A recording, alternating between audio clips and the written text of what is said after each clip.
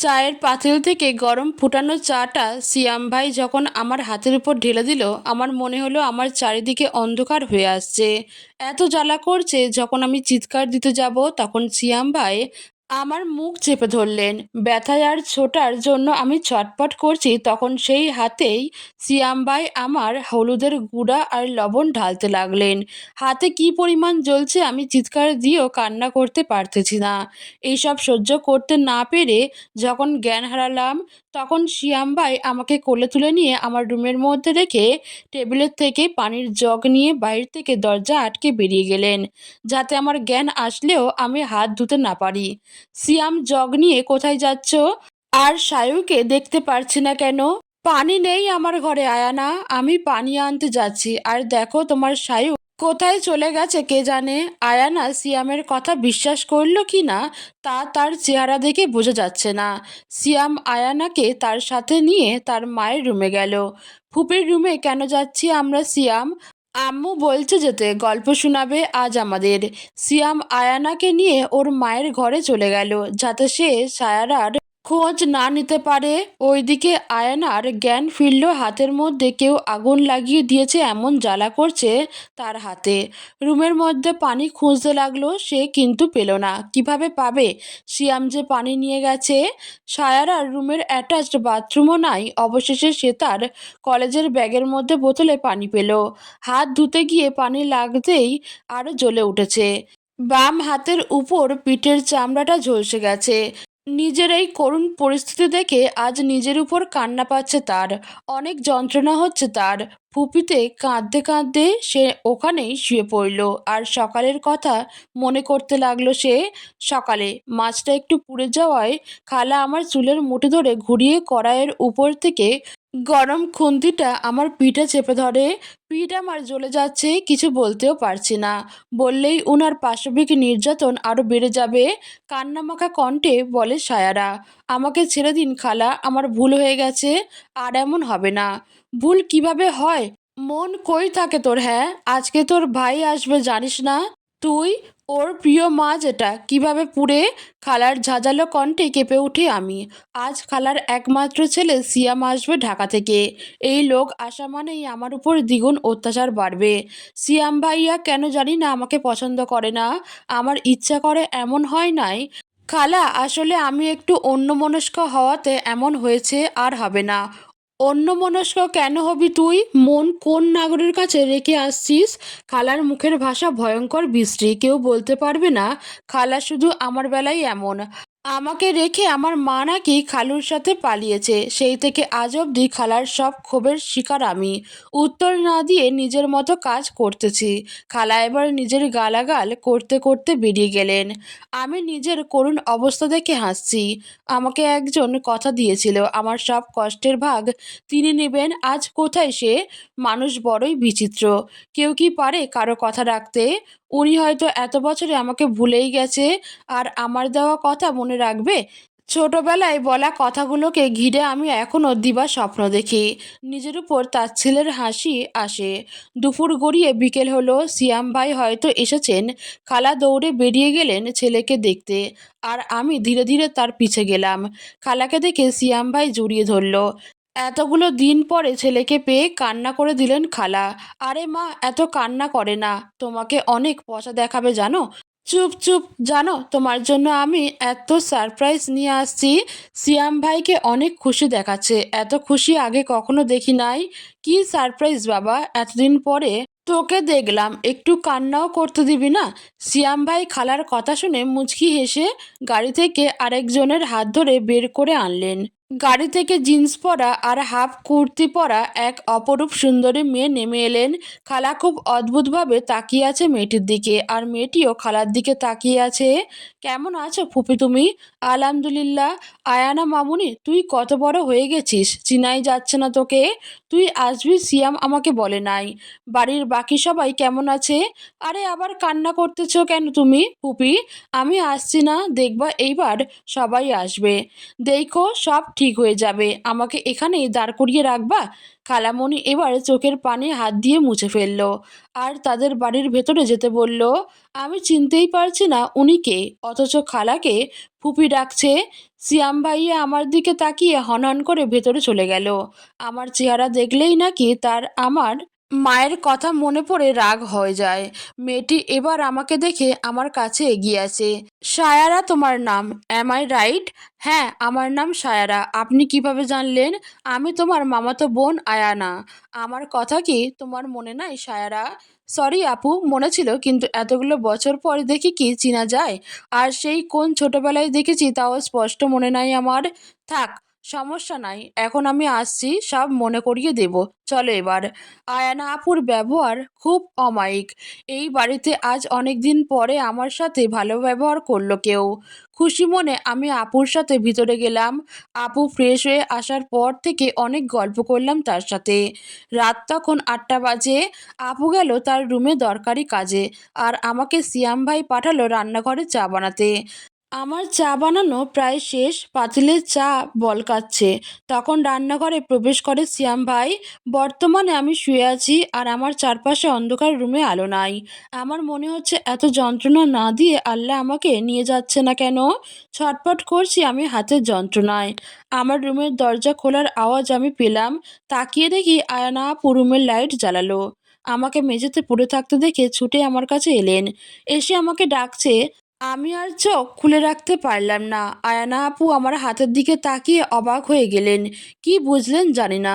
ফুপি, সিয়াম কোথায়? তোমরা তাড়াতাড়ি আসো। আয়ানাতের চিৎকারে ফুপি আর সিরাম দৌড়ে চলে আসলেন। আয়ানাকে এই ঘরে দেখে ফুপি অবাক হলেও সিয়াম ভাই ঘাবড়ে যাচ্ছে। কি হয়েছে? ও এভাবে এখানে শুয়ে আছে কেন? ও এখানে শুয়ে না ফুপি, জ্ঞান হারিয়ে পড়ে আছে। ওকে হসপিটালে নিতে হবে। ওর হাত দেখো তুমি। ফুপি হাত দেখে আঁতকে উঠল আর সিয়ামের দিকে তাকালো। তার আর বুঝতে বাকি রইল না কি হয়েছে। সিয়াম, সায়রাকে কোলে নে তাড়াতাড়ি, আর ওকে হাসপাতালে নিয়ে যা। সিয়াম, তুমি গাড়িতে গিয়ে বসো, আমি আমার ফোনটা নিয়ে আসি। সিয়ামের অনিচ্ছা সত্ত্বেও আয়ানার কথায় নিয়ে যাচ্ছে। আয়ানা ঘরে গিয়ে কাউকে কল দিয়ে সব খুলে বলে। তুমি তাড়াতাড়ি চলে আসো ভাই, দেখে যাও এখানে কি হচ্ছে।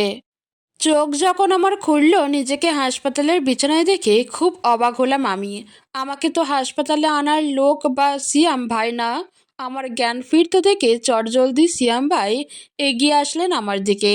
নিজের মুখের গাম্ভীর্য ধরে রেখে বললেন, আয়ানা, অথবা কেউ জিজ্ঞেস করলে হাতের ক্ষতের ব্যাপারে যাতে ভুলেও আমার নাম না আসে। মাথায় রাখবি, আমার নাম নেওয়া মাত্রই তোর কি হবে। চিন্তা কইরেন না, আমি না বললেও একদিন সবাই জানবে। উপরে আল্লাহ আছে না। আমি অবাক হয়ে যাই। এত অন্যায়ের পরেও তার মধ্যে কোনো অনুশোচনা, বিন্দু মাত্র চিহ্ন দেখা যাচ্ছে না। তাই ওনার কথা আমার কাছে তাচ্ছিল্যপূর্ণ লাগলো। আমার উত্তর শুনে সে আবার দূরে চলে গেল। আয়ানা আপুকে দেখলাম ওয়াশরুম থেকে বের হতে। আমার হাত ব্যান্ডেজ করা, আরেক হাতে ক্যানেলার সেলাইন চলছে। সিয়াম ভাই, তুমি এবার বাসায় যেতে পারো, সায়ুকে আজ ছাড়বে না, এখানে আমার থাকা লাগবে। আশ্চর্য, আয়ানা কাল সারাদিন এত জার্নি করে আসলো, এক ফোঁটাও রেস্ট নিতে পারলো না। কই সারা রাত এই মেয়েটার সেবা যত্ন করলো। আমার তো মনে হচ্ছে তুমি নিজেই অসুস্থ হয়ে পড়বা।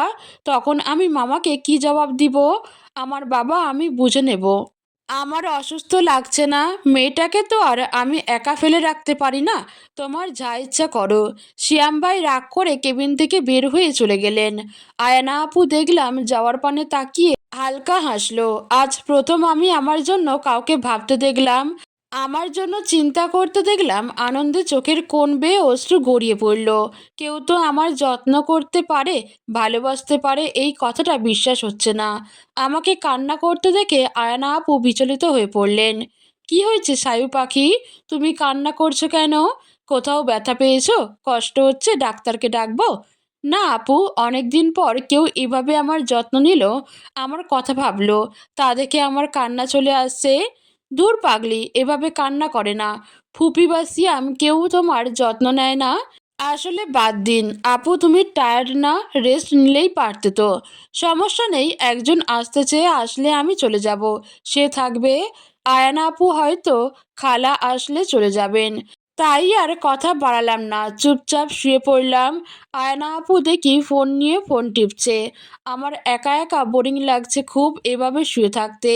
অতীত থেকে ঘুরে আসা যাক। অতীত, আমি সায়ারা জাহান, আমি আমার মায়ের একমাত্র মেয়ে। আমার বাবা ছোটবেলায় মারা গেছেন। আমার ততটা মনে নাই, তখন আমার 5 কি 6 বছর। আমরা খালাদের বাসায় থাকতাম। খালার এক ছেলে শিয়াম মাহমুদ। সায়ান হলো আমার মামাতো ভাই। সায়ান ভাই অনেক ছোট তখন মামা মামি বিদেশে চলে যায়। আয়ানা আপু আর সায়ান ভাইকে নিয়ে যাওয়ার আগে সায়ান ভাই আমাকে বলে চলে গেছে, তোর সব ভালো মন্দ আমার দায়িত্ব পিচ্ছি, অপেক্ষায় থাকিস, আমি ফিরবো। আমরা বাচ্চা ছিলাম, সায়ান ভাই বলতে পাগল ছিলাম। আমার খেলাধুলা আবদার সব সায়ান ভাইয়ের কাছেই ছিল। তার জন্যই খালার এত অপমান সহ্য করে পড়ে আছি আমি। তার চেহারাও আমার ঠিক মনে নাই। হঠাৎ একদিন খবর এলো আমার মা আর খালু দুইজনই নাকি পালিয়ে গেছে। মায়ের আর খালুর কোনো খোঁজ খবর নাই। এরপর সবাই ভাবলো খালুর সাথে মা পালিয়ে গেছে। কিছুদিন পর খবর পেল তারা বিয়ে করে অনেক দূরে চলে গেছেন। আমি জানি না কোনো মা কিভাবে নিজের মেয়ে ও নিজের বড় বোনের জীবন কিভাবে নষ্ট করে। বাবাকে হারানোর পর থেকে সিয়াম ভাই পাল্টে গেল।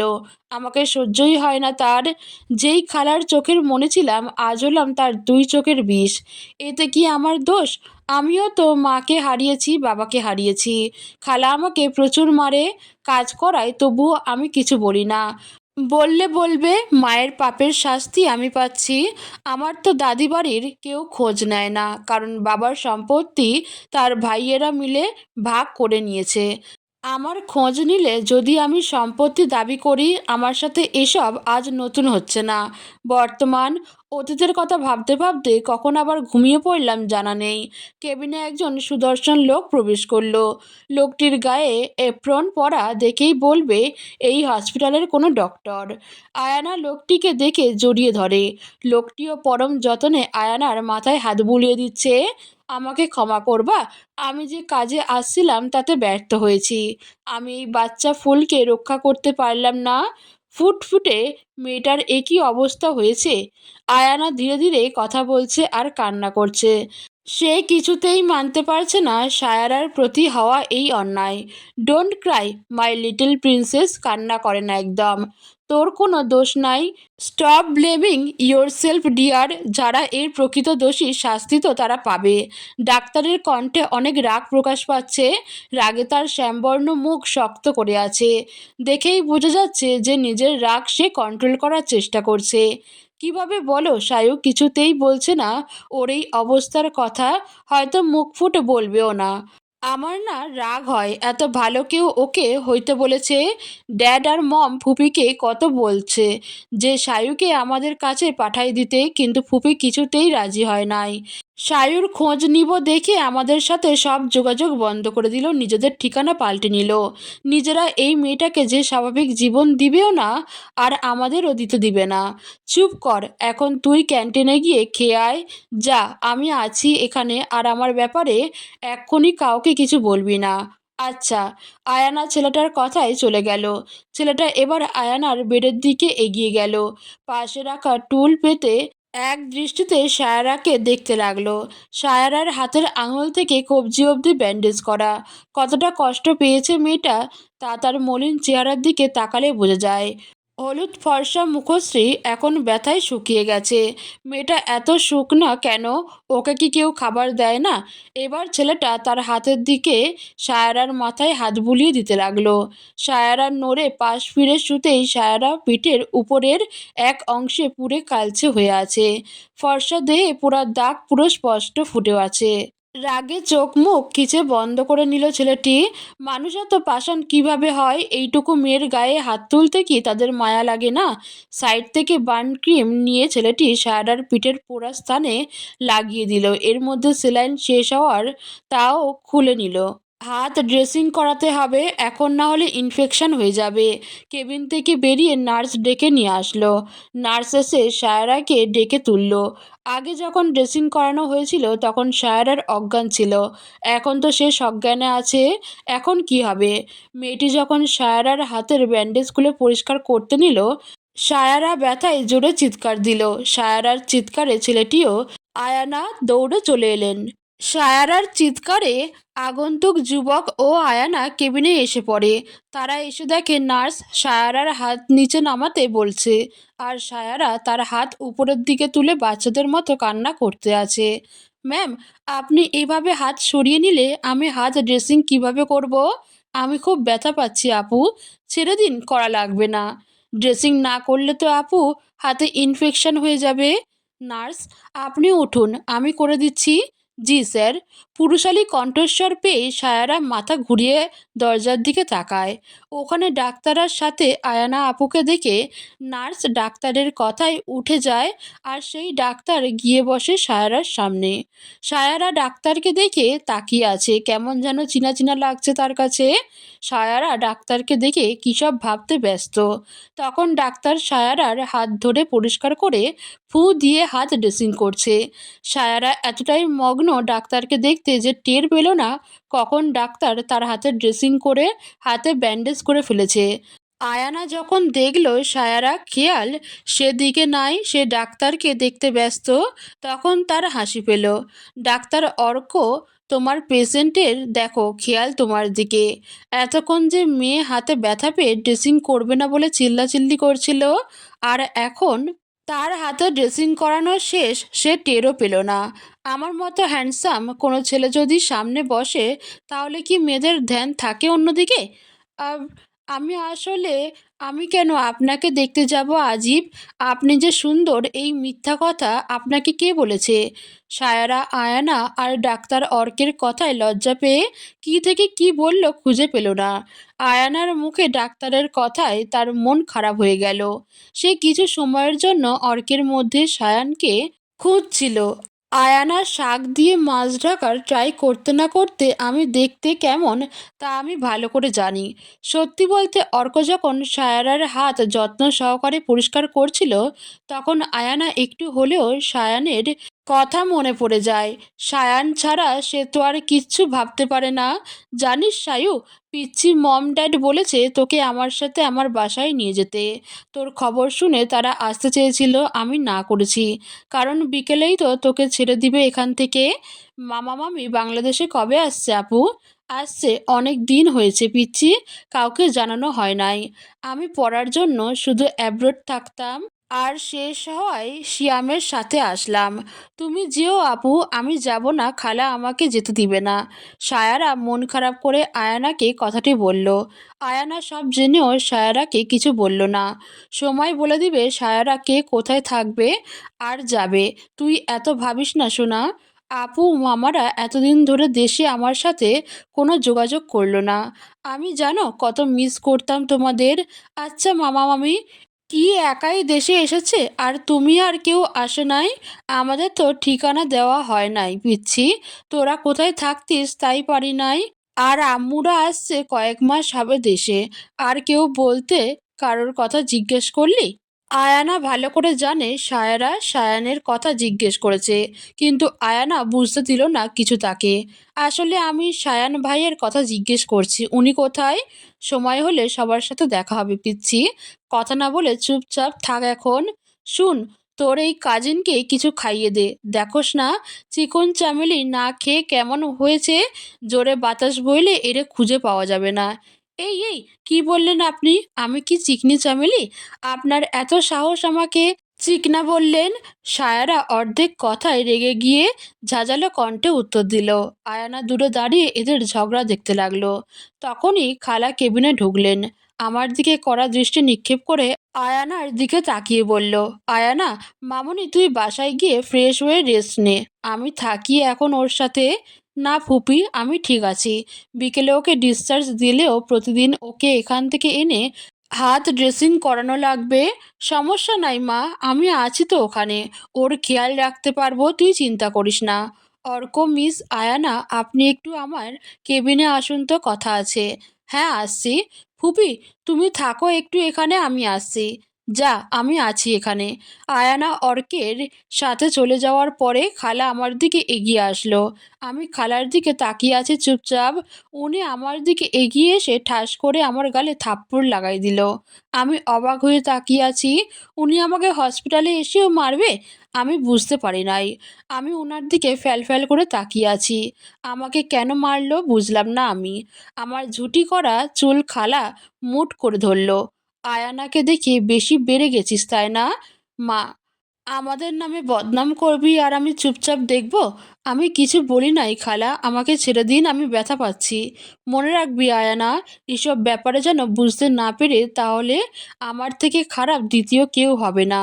তুমি নিশ্চিন্ত থাকো, আমি নিজের মুখে কখনো বলবো না। কিন্তু খালা, সত্য কি কখনো চাপা থাকে বলো? এত বড় বড় কথা শুনতে আমি চাই না। আমি আয়ানার সাথে সিয়ামের বিয়েটা দিতে চাই। এর মধ্যে যদি তুই বাধা দিতে আসিস, তখন বুঝবি আমি কে। সায়ারা কি উত্তর দিবে? সিয়ামের মতো এমন মানুষের সাথে আয়ানার বিয়ে হলে সে আয়ানার জীবনটা শেষ হয়ে যাবে। আয়ানা আপুর মতো ভালো মানুষের সাথে এটা হতে দেওয়া যাবে না।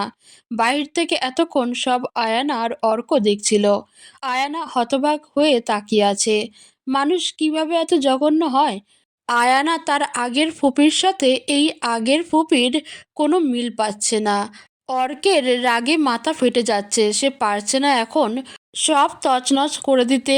রাগ কমাতে পাশের ওয়ালে দু তিনটা ঘুষি মেরে দিল। কি করছিস ভাইয়া? শান্ত হ, ব্যথা পাবি তো। হাতে এইভাবে কেউ করে? আমি কি করব আয়ু? এভাবে ওই মেয়েটাকে মার খেতে দেখব? তারা এই বাচ্চা মেয়েটার সাথে এমন করছে কেন? তার কি দোষ? শান্ত হ, ঠান্ডা মাথায় ভেবে কিছু ডিসিশন নে ভাই, রাগলে ক্ষতি হবে শুধু। আয়ান কেবিনে গিয়ে বলল, ফুপিকে ডাক্তার তার চেম্বারে ডাকছে। আয়ানার কথা মতো ফুপি অর্কের কেবিনে আসলো। আসুন আসুন, আমি আপনার জন্য অপেক্ষা করছিলাম। কি ব্যাপারে ডাকলেন বলেন? তামিজ সায়ারার হাত পুড়ল কিভাবে? চা ঢালতে গিয়ে ভুলে নিজের হাতে ঢেলে ফেলেছিল। তা ভুলে ঢেলেছিল নাকি কেউ ইচ্ছাকৃতভাবে ফেলেছে? অর্কের এমন কথায় সায়ারার খালা ঘামছে। কিভাবে কি বলবে? কাজ তো তার ছেলে করেছে। কী সব আবোল তাবোল বকছেন? কে করবে এসব? নিজে থেকেই হয়েছে। শাট আপ মিসেস পারুল। আমরা সায়ারার পিঠে হাতে নানা পোড়া মারের ছাপ স্পষ্ট দেখেছি। যা দেখেই বোঝা যায় আপনারা কিভাবে ওই মেয়েটাকে টর্চার করেন। অর্কের কথায় সিয়ামের মায়ের কাঁপাকাঁপি অবস্থা। সে ভয়ে আছে, এবার যদি সবাই সত্যি জানে তাহলে কি হবে? তুমি এসব কি বলছো বাবা? আমরা কেন ওকে মারবো বলো? আমি যতদূর জানি সায়ারা বিবাহিত নয়। যে শ্বশুরবাড়ির লোকজন ওর সাথে এমন বিহেভ করবে আর ও থাকে আপনার কাছে, তাহলে আপনার বাসায় আপনি আর আপনার ছেলে ব্যতীত কেউই তো থাকে না। বাবা চুপ করো।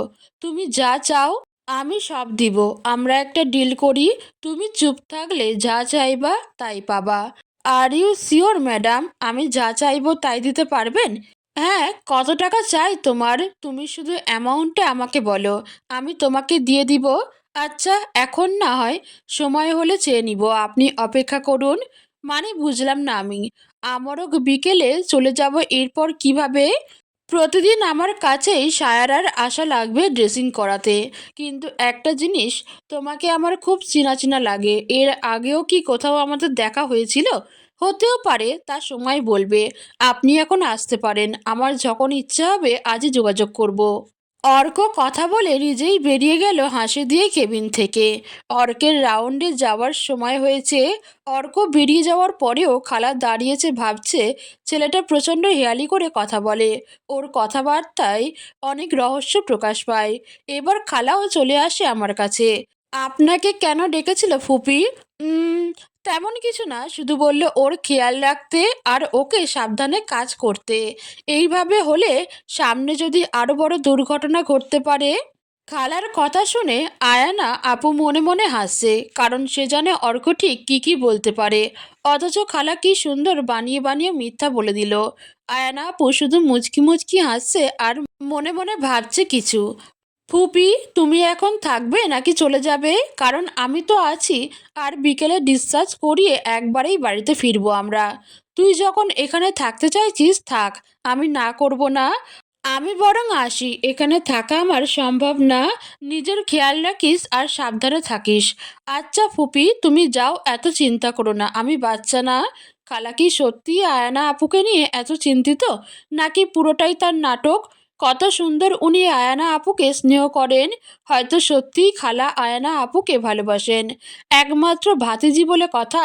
মনে মনে এসব ভাবছিল সায়ারা শুয়ে শুয়ে। কি রে সায়ু, পিচ্ছি তোর মন খারাপ কেন? তেমন কিছু না আপু, আসলে ভাবছি কিছু। কি এমন ভাবে এই পিচ্ছি, আমিও একটু শুনি। সায়রার কথা শেষ হতেই পিছন থেকে কেউ একজন বলে উঠল কথাটি। দরজার দিকে না তাকিয়ে সায়রা আর আয়ানা বুঝতে পারল ডক্টর অর্ক এসেছে। সায়রাকে পিচ্ছি সম্বোধন করায় সায়রা একটু ক্ষিপ্ত হলো, তবে বুঝতে দিল না কাউকে। সায়ারা চোখ বন্ধ করে শুয়ে আছে চুপচাপ। আসলে সে এখন কি কারণে বুঝতে না পেরে অমনভাবে পড়ে আছে। অর্কের তৃষ্ণার্ত আঁকে যুগলে তো কেবল অত বছরের তৃষ্ণা মিটাচ্ছে তাকে দেখে। এই দেখায় কোনোদিন কোনো ক্লান্তি আসবে না। কতগুলো দিন শুধু দূরে থেকেছে এই মানুষটাকে পেতে, অথচ ভাগ্যের এমন খেলা, আজ হসপিটালের চার দেয়ালের মাঝে এসে দেখা হলো তাদের। তবে অর্ক আজ মনে মনে প্রতিজ্ঞা করে, কাল থেকে সায়ারার জীবনে সায়ারার সায়ান ভাই ফিরত আসবে। সায়ান এসে সায়ানের দেওয়া প্রতিটা কথা রাখবে। সায়ান যে তার পিচ্ছিকে সবার থেকে আগলে আগলে রাখবে, কেউ যেন তার কোনো ক্ষতি করতে না পারে। এই পিচ্ছির সেই সব ব্যবস্থা সে করবে। আয়ানা ভাইকে ওভাবে তাকিয়ে থাকতে দেখে ভাইয়ের দিকে এগিয়ে গেল। ভাইয়ের কাঁধে হাত রেখে তাকে বলল, দেখিস, সব ঠিক হয়ে যাবে ব্রো, চিন্তা করিস না তুই। আমি তো চাই চুটকি সব ঠিক হয়ে যাক। আজ জানিস, ফুপি আমাকে মানি অফার করছে যাতে সায়ারাকে মারার এইসব আমি ধামাচাপা দিয়ে দিই। আমাকেও চিনতে পারেনি। আমি না ছোটবেলায় সেই ফুপির সাথে এই ফুপির কোনো মিল পাচ্ছি না। ভাই কি করবি, কিভাবে সায়ারাকে আমাদের বাসায় নিবি? ফুপি আর সিয়াম কি রাজি হবে? ওটা তুই আমার উপর ছেড়ে দে। শোন, তুই বাসায় গিয়ে সায়ারা আর তোর সব কিছু গুছিয়ে রাখবি। আমি গিয়ে শুধু পিক করব তোদের। আচ্ছা, বাট সিয়াম কিছুতেই রাজি হবে না সায়ারাকে দিতে। একটা জিনিস বুঝতে পারলাম না, সায়ারার হাত সত্যি কিভাবে পুড়ল? ফুপি করছে নাকি শিয়াম? আমরা তো শিওর নই, আর ওই বোকা মেয়েও বলবে না। ওর বলার দরকারও নাই ছুটকি।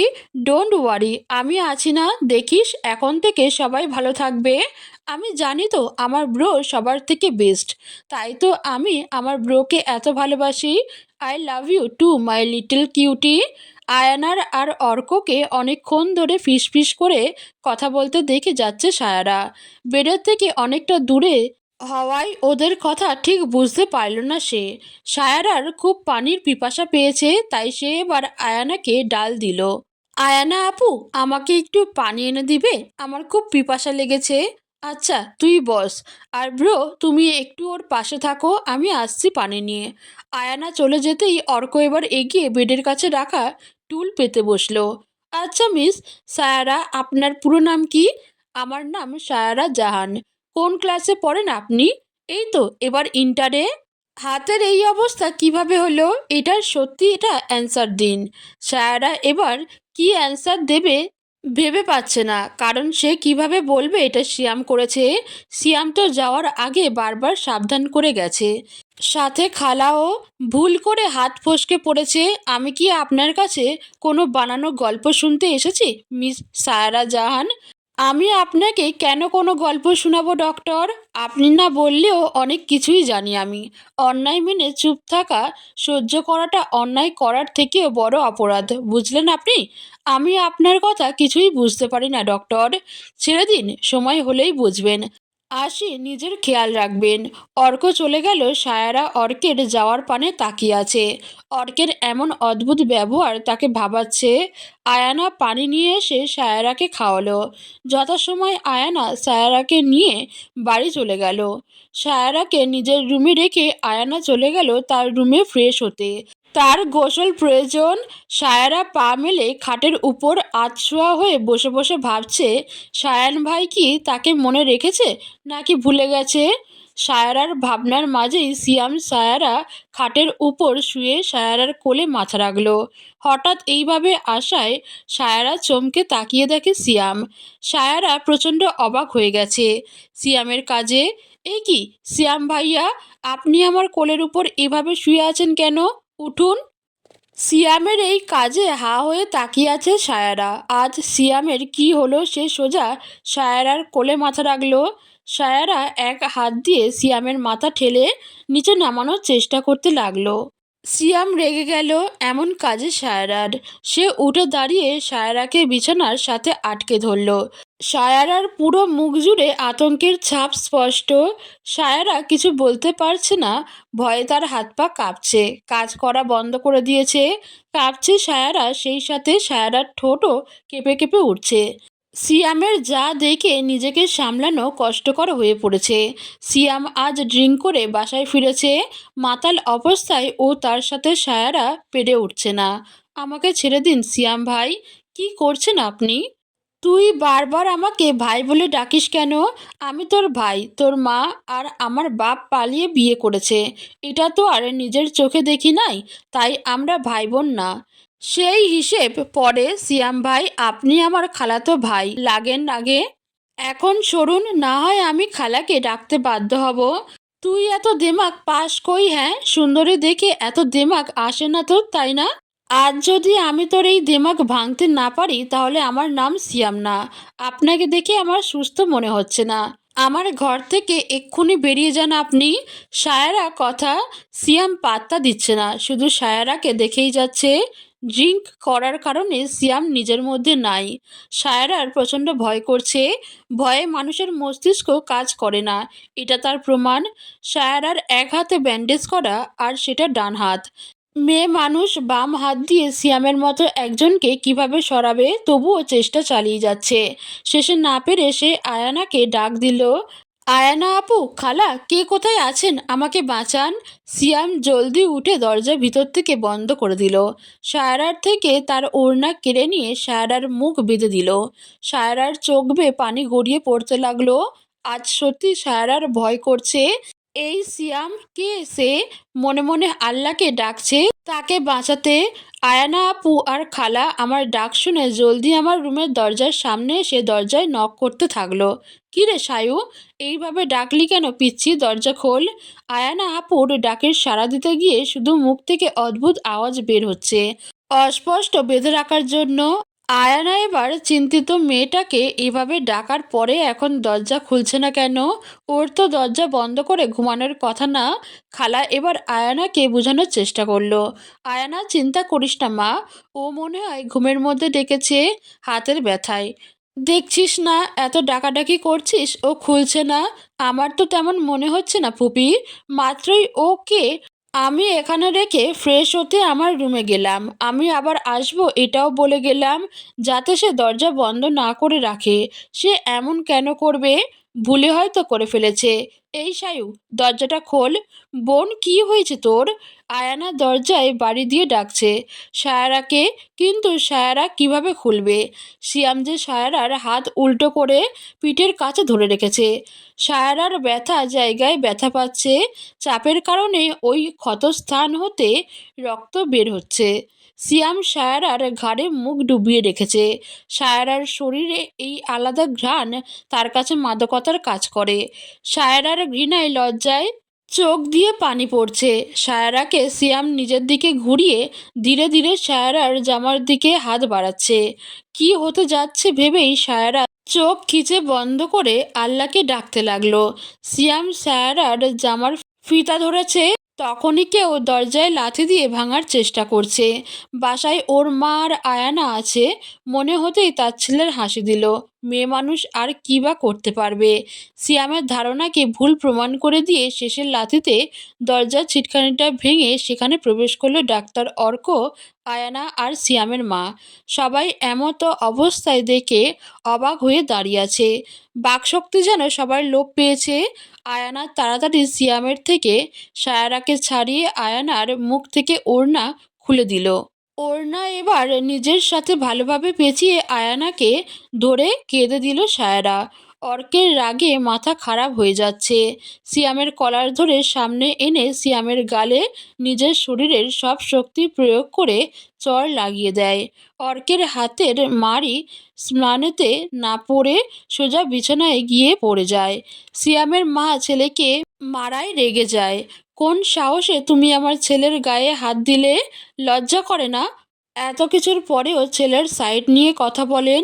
আপনি না একজন মেয়ে, তাও কিভাবে একজন মেয়ের সাথে এত খারাপ কাজ করার চেষ্টা করার পরেও ছেলের হয়ে কথা বলছেন?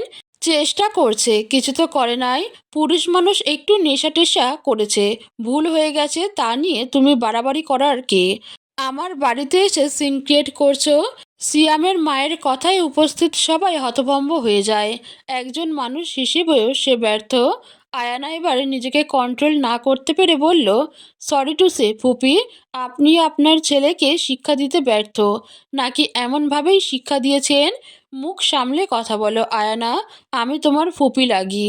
আর তোমার বড় ওম, আমি তো ভালোভাবেই বললাম আপনি আপনার ছেলেকে সামলান। শিয়াম উঠে এসে অর্কের সামনে দাঁড়িয়ে বলল, আমার গায়ে হাত তুলে কাজটি ভালো করলি না তুই। তোর এত বড় সাহস আমার বাড়িতে দাঁড়িয়ে আমাকে অপমান! তোর ভাগ্য ভালো আমি এখনও চুপ আছি। একবার আমি কথা বলা শুরু করলে পালানোর পথ পাবি না সিয়াম। আয়ানা, তোর লাগেজ নিয়ে আয়, আমরা এক্ষুনি বাড়িতে ফিরবো। অর্কের কথায় সিয়াম আর ওর মা ভাবে অর্কের সাথে আয়ানা কোথাও যাবে। তোমার সাথে এত রাতে আয়ানা কোথায় যাবে সেটা আপনার না জানলেও চলবে। আমি আয়ানাকে কোথায় নিয়ে যাব, আমার ভাতিজিকে কোথায় নিয়ে যাবে সেটা আমি জানবো না? তুমি কে ওকে নিয়ে যাওয়ার? আমার ছোট বোনকে আমি আমার বাসায় নিয়ে যেতে পারি, তাও যে কোনো সময়, তার কৈফিয়ত তো আমি আপনাকে দিব না। অর্কের মুখে বোন শুনে সবাই অবাক নয়নে তাকিয়ে আছে। এবার খালা শান্ত কণ্ঠে জিজ্ঞেস করলো, তুমি সায়ান? হ্যাঁ, আমি সায়ান মাহমুদ অর্ক, আয়ানার বড় ভাই। আর বা কি কোনো কথা আপনাকে বলতে বাধ্য নই। সায়ানের পরিচয় শুনে সায়ারা শুধু সায়ানের চেহারার দিকে তাকিয়ে আছে অবাক হয়ে। এটাই তার এই সায়ান ভাই যার জন্য সে অপেক্ষা করেছিল। এই কি সেই সায়ান হসপিটালে যাকে দেখে সায়ানের কথা মনে হয়েছিল, কিন্তু তাকে হসপিটালে থাকাকালীন কেন বলল না সেই তার সায়ান ভাই?